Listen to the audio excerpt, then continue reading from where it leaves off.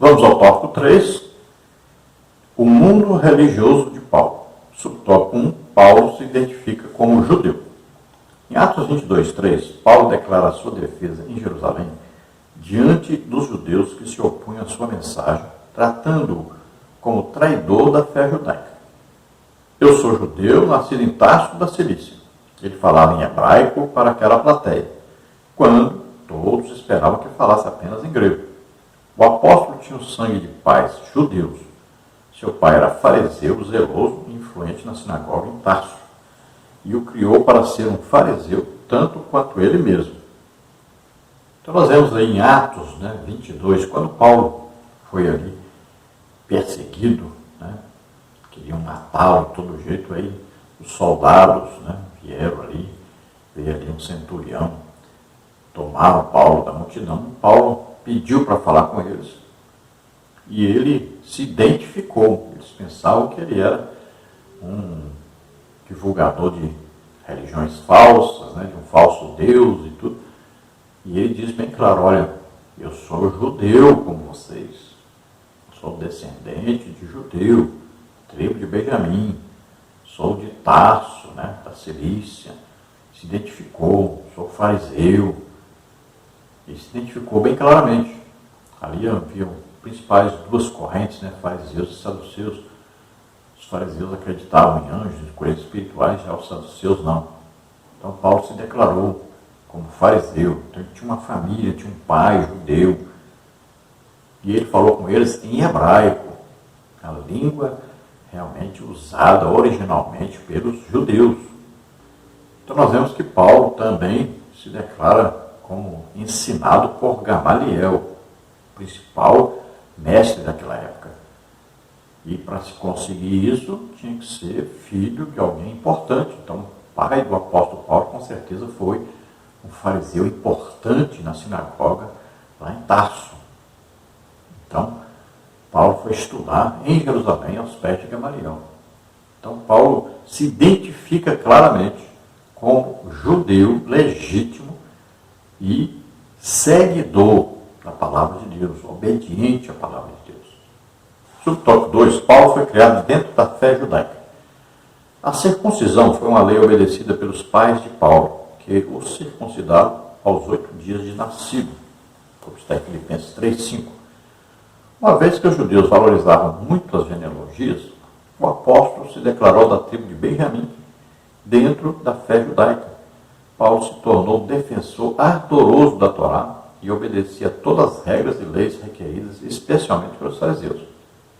Ele era um religioso extremamente zeloso, no sentido de cumprir piamente a lei de Moisés, como está em Gálatas 1:14.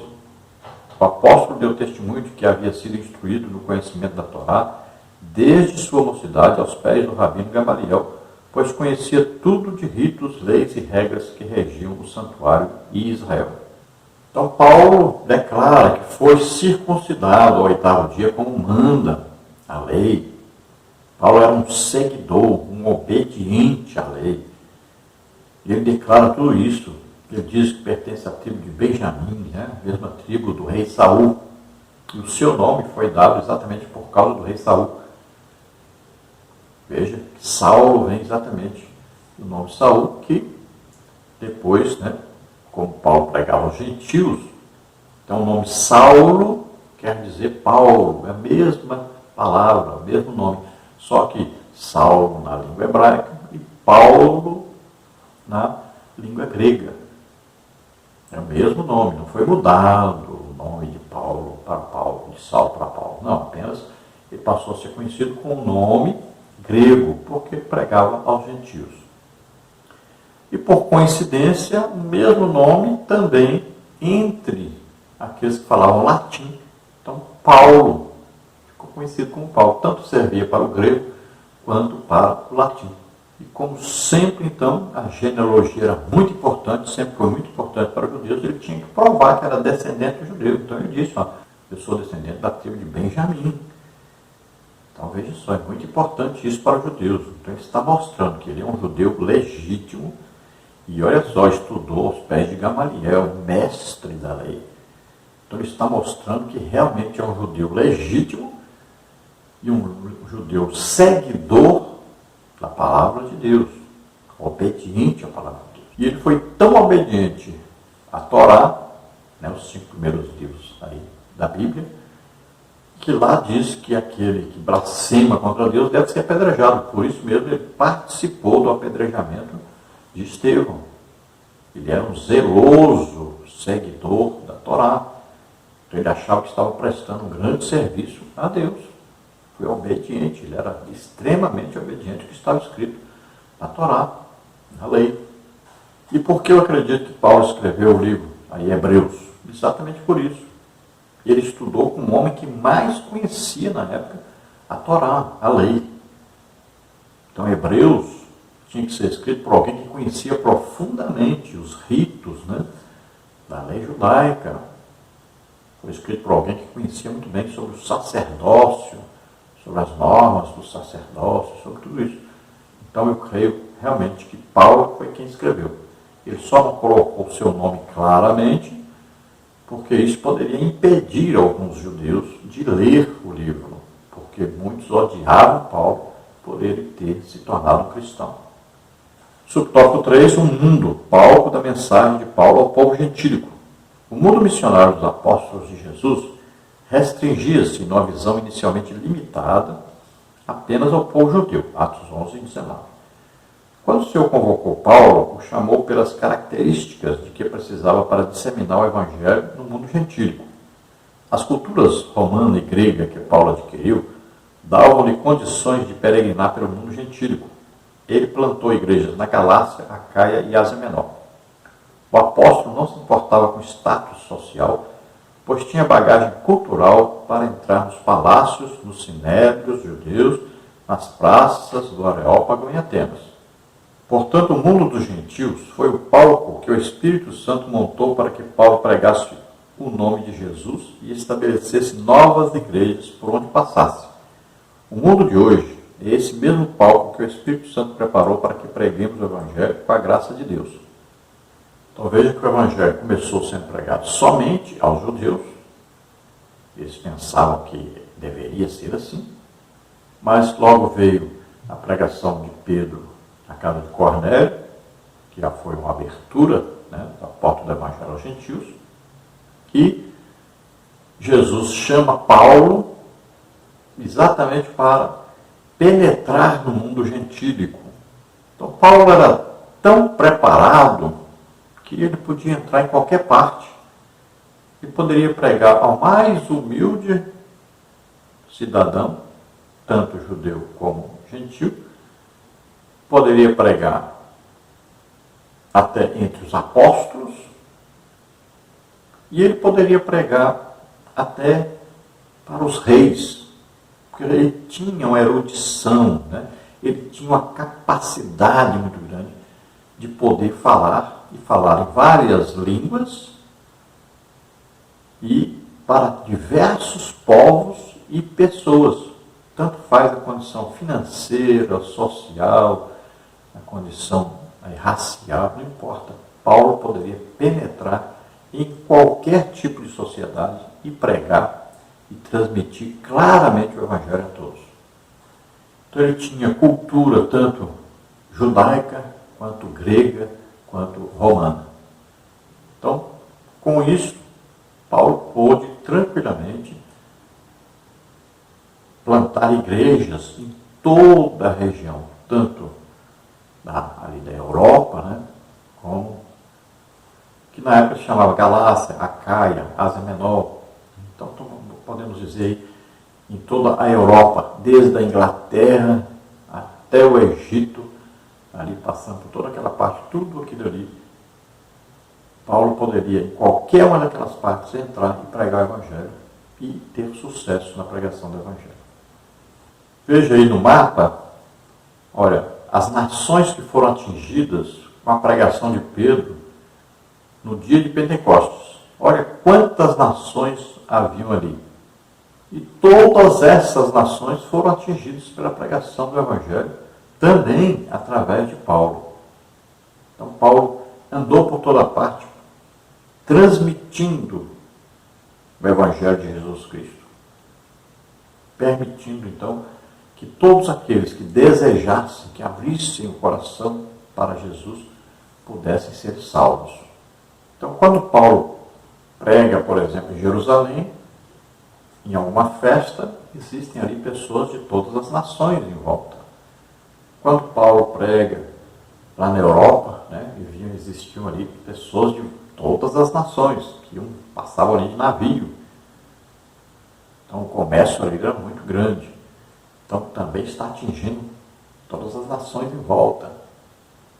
Quando Paulo prega em Antioquia, mesma coisa. Então eram cidades onde pessoas do mundo inteiro passavam por ali. Então a pregação de Paulo foi muito importante devido a isso. Daquelas regiões ali, o Evangelho partiu para todas as outras nações. Por isso que a Bíblia diz que todos os povos, todas as nações daquela época ouviram o Evangelho, porque gente ouvia Paulo pregando e levava para onde eles moravam esse Evangelho. Assim também nós temos que fazer hoje. A igreja tem que divulgar o Evangelho. O Evangelho deve ser conhecido em toda a parte do mundo. E as estratégias, o Espírito Santo vai dando a nós. Nós temos que apenas dizer, eis-me aqui. Me dá aí sabedoria, me usa para mim poder transmitir esta palavra por toda parte. Conclusão aí, a cultura geral que Paulo adquiriu ao longo da vida tornou-o capaz de enfrentar os oponentes do Evangelho com ousadia e ciência. Diante de reis, governadores, tribunos e autoridades religiosas, o apóstolo era excelente orador e agudo no conhecimento de várias ciências. Paulo tinha uma personalidade forte e dinâmica, orientada por convicções profundas e perseguia seus objetivos com desvelo e grande envolvimento emocional. O mundo do apóstolo foi o que Deus lhe abriu para que comunicasse o Evangelho de Cristo. Então veja a importância, durante toda a vida de Paulo, ele adquiriu uma cultura que foi usada depois para evangelizar em toda a parte e a todas as pessoas. Não importava se eram pessoas humildes, ou se eram governadores, se eram reis. Então não importava. Sua cultura foi muito importante para isso. Então cada um de nós temos que estudar. Tem muitos jovens aí que acham que não precisa estudar, mas precisa. Para também trabalhar para Deus, precisa você adquirir cultura. Então precisa estudar, precisa ler livros, Ler a Bíblia é o mais importante, mas precisa ler livros, precisa estudar sobre as culturas dos países, as línguas dos países. É preciso tudo isso. Quanto mais você se preparar, mais vai poder ser usado por Deus. Então, é saber falar, saber pregar, saber dar uma palestra, saber dar um estudo, tudo isso é importante. Não é só ser pregador, mas também ensinador, palestrante. Então você deve ter experiência em todas as coisas para que possa ganhar o máximo de pessoas possíveis, possa atingir mais público. Quanto mais tipos de pessoas forem atingidas, mais pessoas serão salvas. Aí você vê as viagens missionárias de Paulo, tem um mapa aí, as 3 viagens missionárias e também a viagem a Roma.